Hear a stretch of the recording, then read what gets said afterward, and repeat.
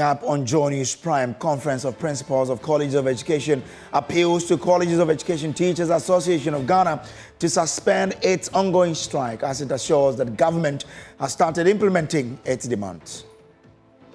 Also, the Korle Bu Teaching Hospital chapter of the Federation of Allied Health Professionals have tonight given a 7-day ultimatum to the Ministry of Health and National Labour Commission to get them a seat on the management board of the hospital or they resume their industrial action. Actually pleaded with us to give him 7 days to resolve this matter. And I think we are still, the 7 days will be exhaustive on Wednesday. I think by Wednesday, the 7 days will be exhausted. Also, President Kufuor has once again responded to critics of the Founders' Day celebration as he launched Parliament for the decision to institute the August 4 holiday and asked that it be maintained.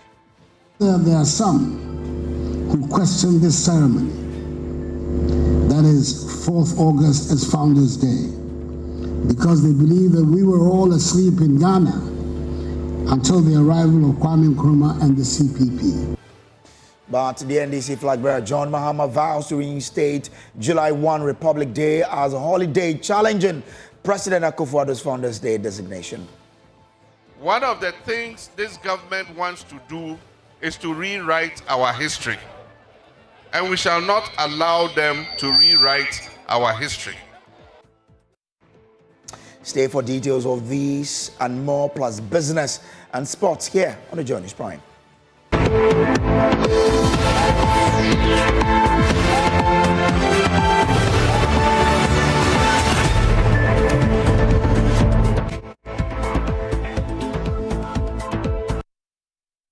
Now, the Conference of Principals of Colleges of Education is making a passionate appeal to the Colleges of Education Teachers Association of Ghana, CTAG, to suspend its ongoing strike and return to the classroom by Tuesday, August 7, 2024.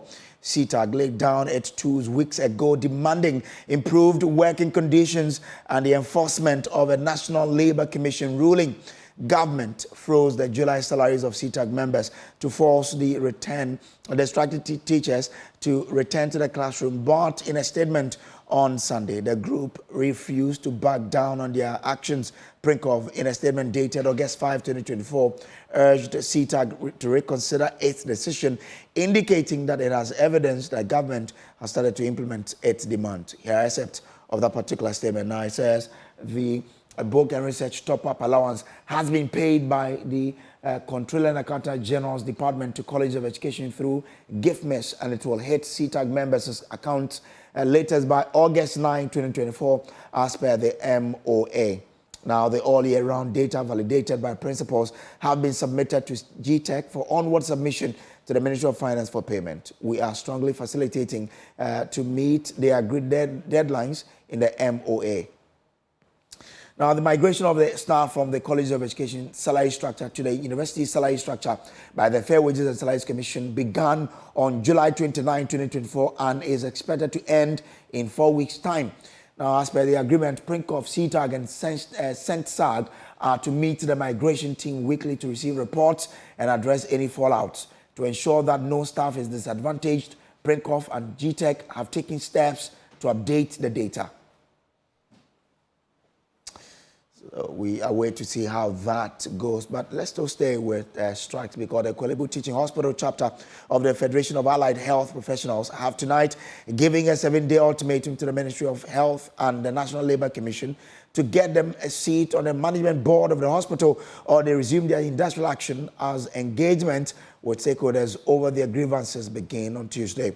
The group, consisting of 23 health professional bodies at the hospital, embarked on an industrial action on the 31st of July, demanding they be involved in the management of the hospital. Prince Kwame Kudoga was at the facility to gauge the mood of people there and has come through with this report.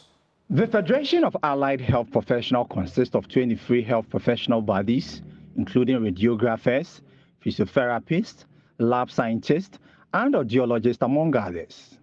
They declared a strike in protest of their absence on the management team of the hospital. At the laboratory unit of the Korle Bu Teaching Hospital, patients were being turned away due to the strike by these allied health professionals. The news team caught up with this young man who came all the way from Aguna Swedro but had to be turned away due to the strike. He was frustrated. I'm coming from Aguna Swedro. It's very frustrating because considering this long journey and you come here for them to go on strike, it's kind of a stressful situation. But what can we do? Nothing. We just have to return and find the appropriate time and come back again. You have to go back to Sweden. Yeah. That should be a strain on your finances. It's a strain on my finances, but what can we do? I came here unannounced, not aware of the situation. And coming to meet this circumstance is kind of frustrating. So I can't deal with the situation. I have to get back home and continue with whatever I have to do. The chairman of the Kolebu chapter of the Federation, Dr. Francis Kwachi Entry, announcing the suspension of the industrial action following a directive by the NLC that expressed confidence in the outcome of the impending engagement with stakeholders. Leadership received a letter from the National Labour Commission, and we have been summoned. Management and board of Kolebu Teaching Hospital actually pleaded with the commission to intervene. Surprisingly, something that we thought they could resolve, they have petitioned the commission to intervene. And so, as law-abiding professionals,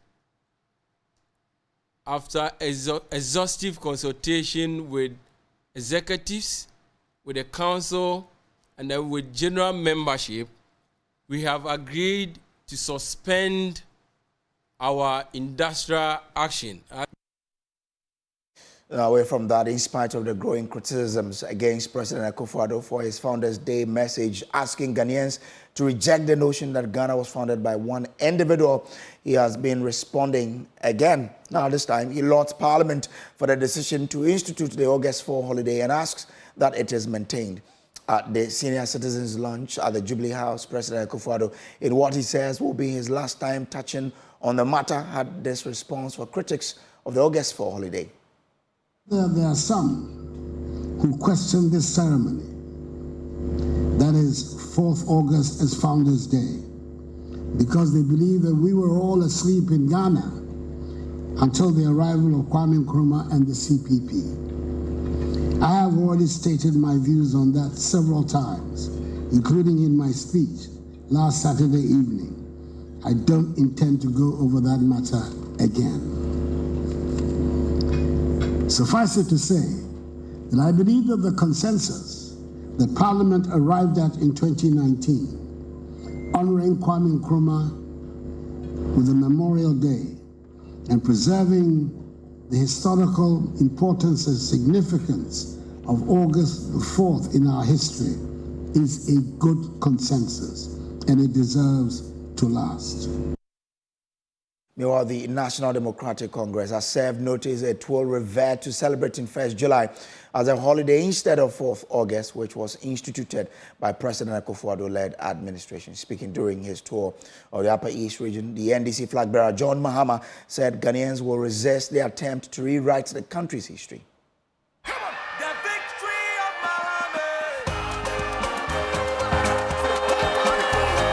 On the second day of his tour of the Upper East region, the NDC flag bearer visited the Binduri, Zibila, Nabdam, and Bolgatanga East constituencies, bringing the number to 8 in 2 days.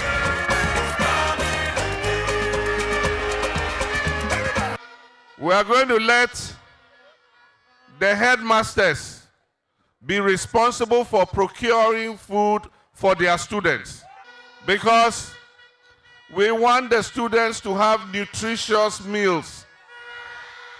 We want the quality of food they give to the students to be good quality meals.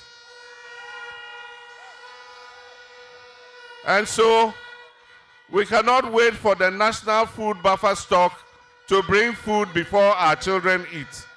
The headmaster should be able to go to Binduri Market and buy beans, buy granules, buy yams, buy rice.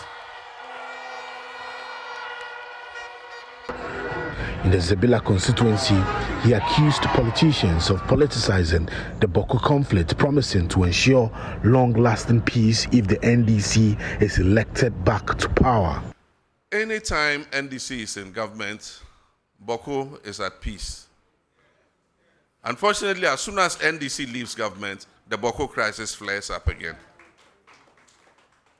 And let nobody say it's a fight between ethnic groups. There is politics behind it.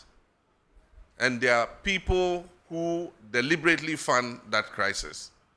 Everybody, the majority of people in Boko, Kusasis, Mamprusis, Bimubas, Busangas, everybody wants peace. But I can assure you that peace is our priority. When NDC comes, and I didn't say if, I said when NDC comes, we're going to prioritize Boko's peace so that peace will return to Boko.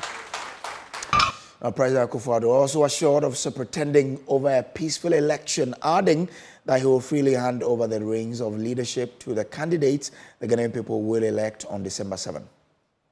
The last major challenge for me is to preside over peaceful and fair elections in December. And that is a commitment that, with the help of all Ghanaians, I intend to realize.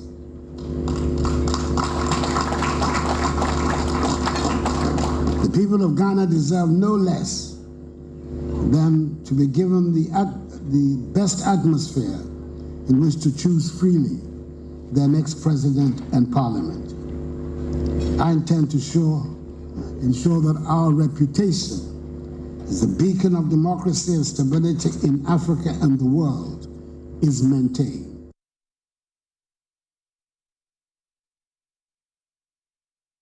Well, so that was the president there. But let's still stay with the campaign trail because the NDC flag bearer, John Mahama, is still in the Upper East region, and my colleague, Maxwell Agbagba, is still on the campaign tour.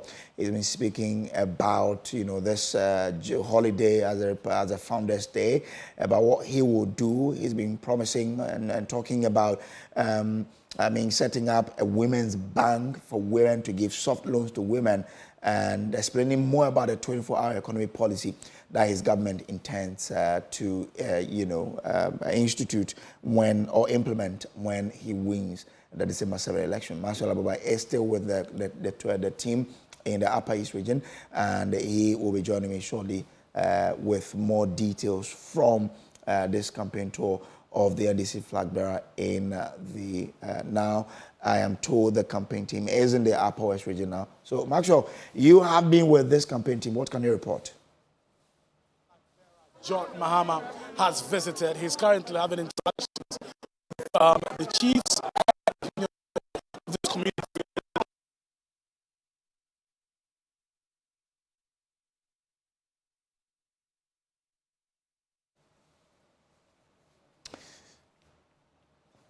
Well, so we apologize for that technical hitch. We'll go back to Maxwell when the link is okay. But let's still stay with politics, because the National Democratic Congress is targeting at least 35% of total votes in the Ashanti region.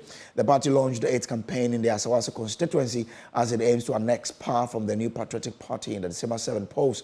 David Opoku has more in the following report.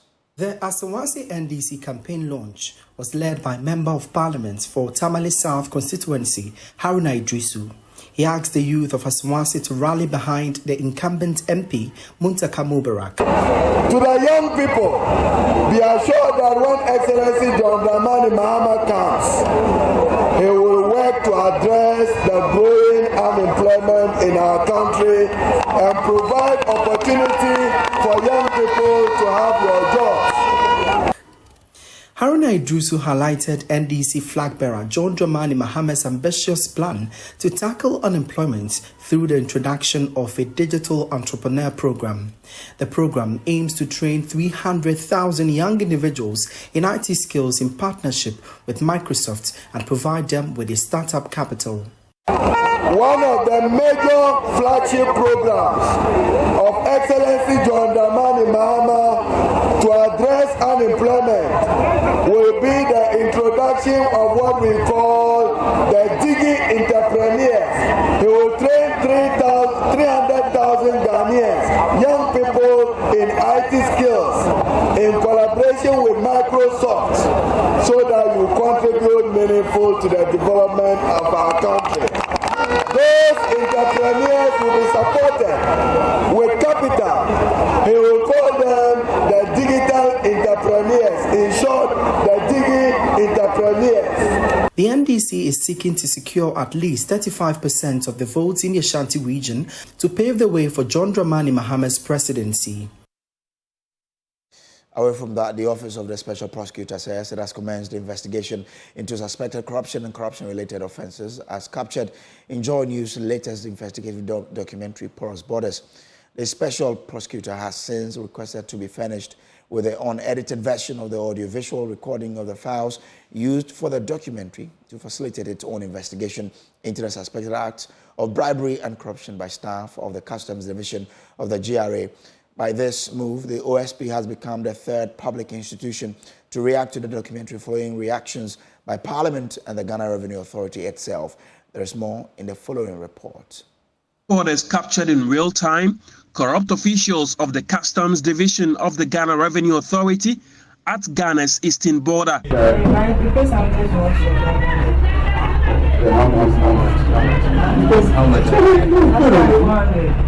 Following the premiering of the expose, the Customs Division of the Ghana Revenue Authority on July 31 announced that it has constituted a team to investigate the suspected acts of corruption. Parliament has also reacted to the expose with ranking member on the Trade and Industry Committee and MP for Bole Bamboy, Yusuf Suleimana, describing the country as quote-unquote sick after watching the undercover investigative piece. The Office of the Special Prosecutor, in its own reaction dated August 2, 2024, announced that it has commenced investigation into suspected corruption and corruption-related offences as captured in the documentary. The Special Prosecutor has since put in official request for the unedited version of the audiovisual recording of the documentary to be made available to his office to facilitate its own investigation into the suspected acts of bribery and corruption as captured in the expose. Producer of the documentary has also been invited by the Special Prosecutor to assist with the investigation as a witness. This is to the JoyNews Prime. We'll take a quick break here. We'll be back with more. Please do stay.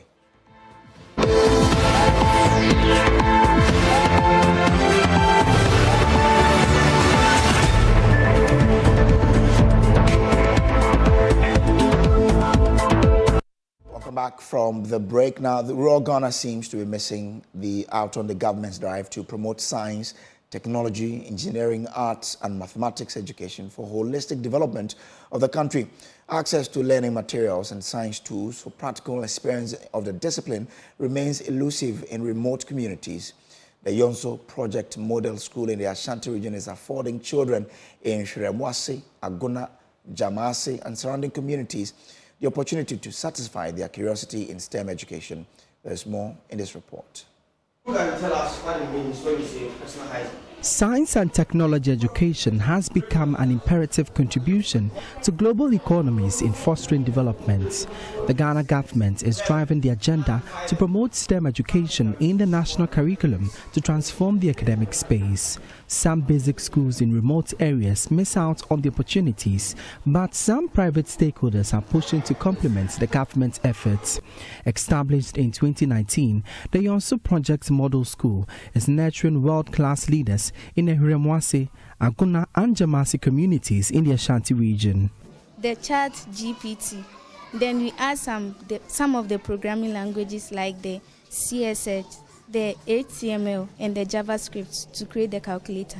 The school is bridging the gap to provide students in the rural community hands-on practical education in science, technology and the arts disciplines. The school held its third congregation ceremony for 87 graduates at the preschool and upper primary departments. Kwabena is executive director of the school. It is about time as a country we retake a look at our educational system. Children must be educated to think out of the box, to build skills, and to be able to do things as educated people. We cannot do the same thing every day and expect a different result. We cannot continue the chill and pour and expect that our children are going to do something extraordinary. No, it's not going to happen. We can only get something out of our children when they are really built, when they have really trained and educated to have not just the academic knowledge, but also application of the academic knowledge. Guest speaker Anita Solomon urged the children to explore the unending opportunities of science and technology to impact the world. Create environments where learning is not confined to textbooks, but is seen as a joyous and lifelong adventure. The role of technology also plays a crucial role in this topic. In today's world, technology plays a significant role in learning. But remember, it's just a tool, not a teacher. Use it wisely to explore new subjects, connect with others, and expand your horizon. But never let it replace the real-world experiences that are bedrock of true understanding. Chief of Remwasi Nanabwachi Yadom admonished the collective effort in realizing the accessibility to quality education. You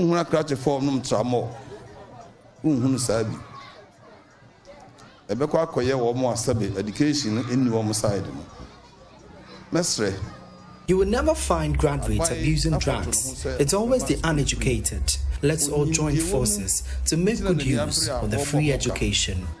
Yanso himfo ne mpanimfo ne atitiriw yanso yamfi yahunshem ne moa mabunu no na adesua sade abaya foto no so no entimi nkoso. For Joy News, my name is Emmanuel Bright Kweku.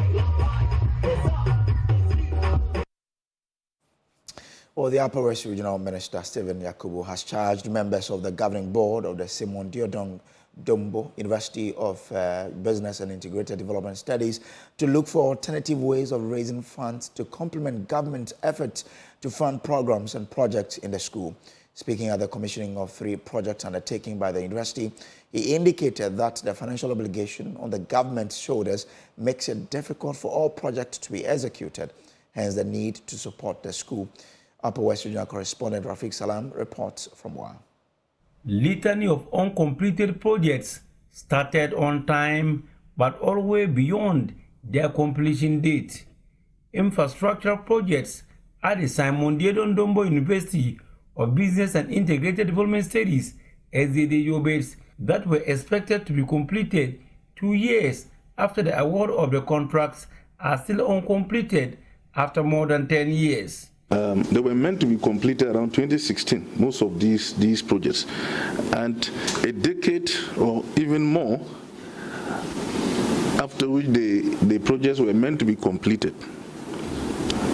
We are still talking about completion of these projects, and that's why we've been very pleased that you are coming on board strongly and supporting us so that we can engage the key stakeholders to have these projects completed. It will bring a huge relief to us. There is, however, a glimmer of hope, according to Vice Chancellor of the University, Professor Emmanuel Derebele. All contractors who abandoned the projects are back to site and seriously working, as he disclosed to the Governing Council of the university. In order to maintain the same momentum in completing the projects, he appealed to the government for the speedy honoring of their payment certificates whenever the contractors raise them for payments. I'd like to report, as at today, we reported at council that at this point there is no single project that the contractor is not at site and working seriously. If after we had conversation concerning the last project, the contractor responded because he knew we were taking some actions, and he is committed to investing, and we want to appeal and we will follow up that when they have certificates, this is where we need to come in to support them so that they can be paid. For example, the contractor working on our library and the student hostel, has about 4 or 5, I think 5 outstanding certificates. That's a huge investment. And if we don't have the contractor paid, then we are also, we incapacitate the contractor. Apa was Regional Minister Stephen Yakubu shortly before he joined the chairman of the Governing Council of the University, Lawyer Kufu Pension, to commission 3 projects embarked on by the university, was extremely happy over the resumption of work at the various project sites.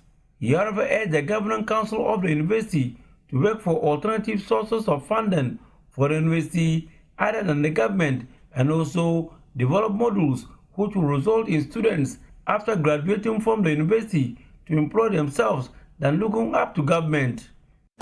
In Ghana, it is about government funding. Government cannot do everything. Government cannot do everything. Get fund. They are the one building from primary all the way to tertiary. Where are they going to get money to build all these buildings? This is the JoyNews Prime. We'll take a quick break. We'll be back with more. Please do stay.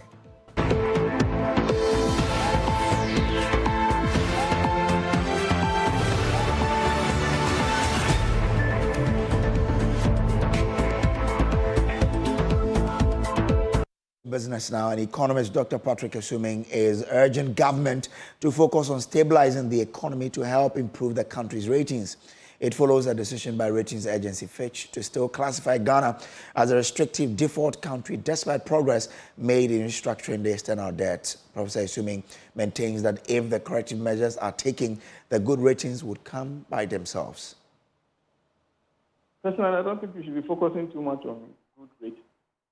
I think we should focus on building or rebuilding our economy, making sure that we complete the debt restructuring and our debt books will look better.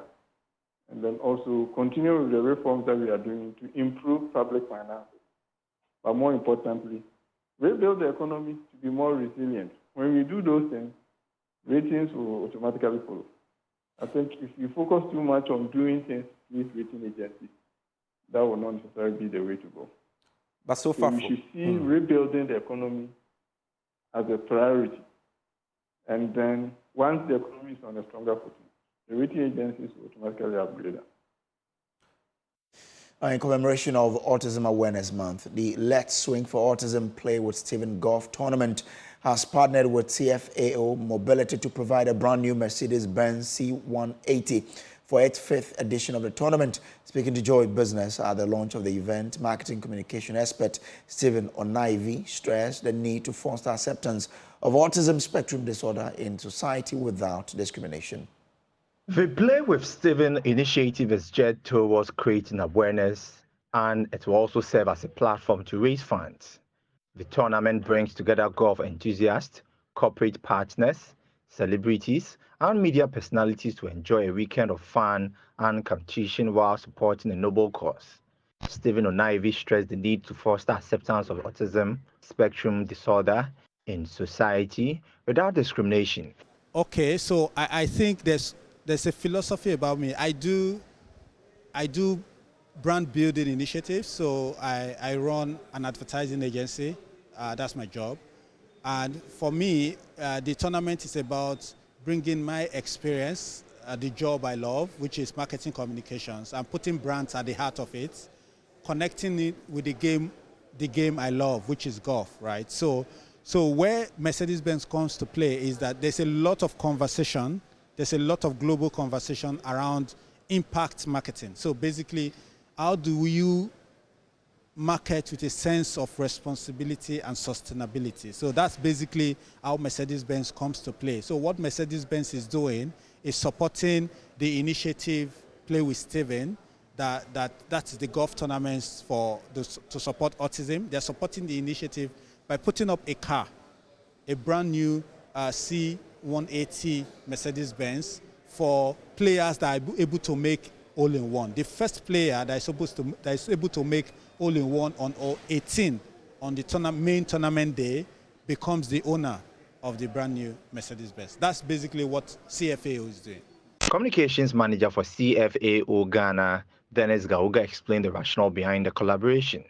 CFAO is supporting the Play with Steve tournament, dubbed Let's Swing for Autism, with a Mercedes-Benz C180 2024 model for the hole-in-one segment of the tournament. We're doing this because we feel it's a bright place to be in terms of sponsorship, and then also we're supporting the Play with Steve Swing for Autism drive to support autism in Ghana. As part of CFAO's UN sustainability goals, or sustainable development goals, of which health and well-being is a part, we feel it connects strongly with our CSR and ESG drive in Ghana. So therefore, we feel it's a very right place to be and a good thing to support as well. So that's why CFAO is supporting with a brand new Mercedes-Benz C180 for the hole-in-one golf tournament. This year's event will be held from Friday, August 23rd to Sunday, August 25th, 2024 at the Achimota Golf Course in Accra. Well, this is still the JoyNews Prime. We'll take a break. We'll be back with sports. Please stay.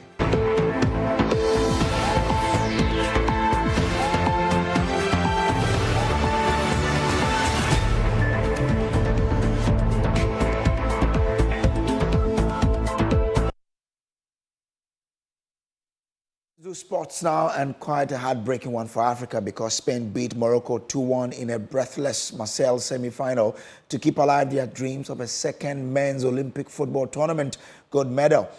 Tournament top scorer Soufiane Rahimi put Morocco in front from the penalty spot before Fermin Lopez equalized for Spain. Substitute Juan Luis Sanchez then struck the winner 5 minutes from time. Corner. Ben Seguir chips in without too much pace, put out by Eric Garcia. Back into the danger area. Well, Morocco screaming for a penalty. They got something very similar against the USA. Rahimi has 5 goals in this Olympic Games. It's 6 of the best for the striker. Morocco have the lead from the penalty spot. The celebrations start. Soufiane Rahimi putting Tenas the wrong way. Look at that. Vander again. Patient stuff. We're used to that. A bit more direct.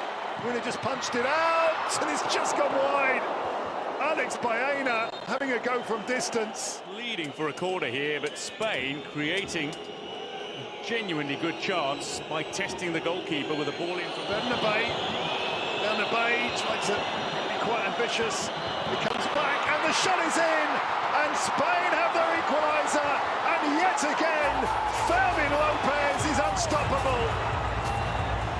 The star of the show. There was a... Gomez, did he stay in? Well, the answer's yes. Well, that's brilliantly done. Is this the chance? Wendell! The fullback has come, stormed up, and has found the corner of the net. The whole of the Spanish team and the substitutes congratulating the goal scorers. The best. Was there a high kick? Spain just go on. They are closing in on a famous win. And they have a famous win. The Spanish players are on their knees. You can see what this means. Quite a heartbreaking one there for Morocco and Africa as a whole. We keep an eye on how this tournament goes. And that's it for tonight's JoyNews Prime. But remember to brush your teeth tonight when you're about to sleep. And when you wake up tomorrow morning, remember that with Pepsodent, every smile matters. But we'll leave you in the hands of that wonderful 100-meter men's final of the Olympics.